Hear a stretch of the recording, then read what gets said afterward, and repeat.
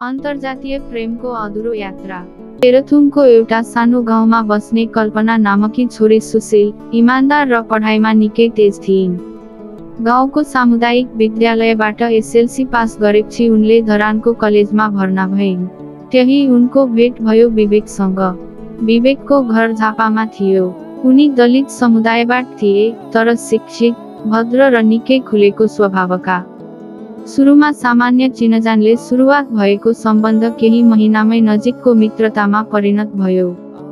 पढाइको सिलसिलामा सँगै बिताएका समयहरूले एकअर्काको मन तान्न थाले। विवेकको बुद्धिमत्ता र सोचले कल्पनालाई आकर्षित गर्यो भने कल्पनाको सरलता र स्वभावले विवेकलाई।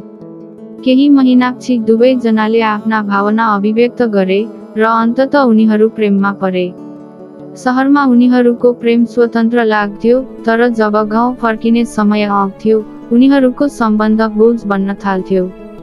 कल्पनाको परिवार ठूलो थरको मानिने जातबाट थियो। ब्राह्मण बाबु स्थानीय विद्यालयका प्रधानाध्यापक थिए र परिवारको सामाजिक हैसियत बलियो थियो। कल्पनाले आफ्ना साथीहरूसँग विवेकको कुरा गरिन्, तर जब परिवारसम्म कुरा पुग्यो, स्थिति बिग्रियो। दलितसँग प्रेम, आमाले रिसाउँदै भनिन्, यो हाम्रो संस्कार विरुद्ध छ। समाजमा के मुठो देखाउने? कल्पनाको आँखा रसाउन थाल्यो।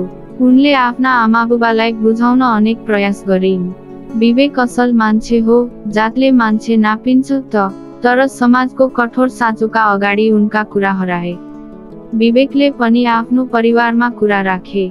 उनका बाबुआमा विवेकको पढाइ र सोचप्रति गर्व त गर्दथे, तर ब्राह्मण समुदायकी छोरीसँग बिहे गर्ने कुरा सुन्दा तिनले पनि डर देखाए, तिमीहरूलाई समाजले बाँच्न देला र। त्यसैबीच कल्पनाको बाबुले जबरजस्ती विवाहको कुरा अघि सारे। एउटा धनाढ्य ब्राह्मण परिवारको छोरासँग कुराकानी तय भयो। कल्पना रिसाइन्, कराइन्, तर उनलाई सुन्ने कोही थिएन। विवेकसँग भाग्ने योजना बनाइन्, तर विवेकले भने रोकिए, तिमी भाग्यौ भने तिमीले तिमीलाई मात्र होइन, आफ्ना बाबुआमाको इज्जत पनि गुमाउनेछौ। म यस्तो प्रेम चाहन्न जसले तिमीलाई दुःख देओस्। कल्पनाको मन टुट्यो। विवेकले प्रेम गरेकै कारण उनलाई त्याग्न खोजेको लाग्यो। केही दिनसम्म फोन पनि बन्द भयो। अन्ततः विवेकले एक सन्देश लेखे, हाम्रो प्रेम साँचो थियो, तर यो समाज अझै तयार छैन। म तिमीलाई माया गर्छु, तर म तिमीलाई पीडा दिन सक्दिन। तिमीले आफ्नो भविष्य बनाऊ र मलाई माफ गर। कल्पनाको विवाह भयो। विवेकले पनि विदेश जाने निर्णय गरे। उनीहरू दुवैको जीवन आफ्नै दिशामा लाग्यो। तर हरेक साल असारको झरीमा कल्पनालाई विवेक सम्झिन्छ। उनले विवाह गरेको मान्छेसँग सम्झौता गरेकी छिन्, तर आत्मा विवेकमै बाँकी छ।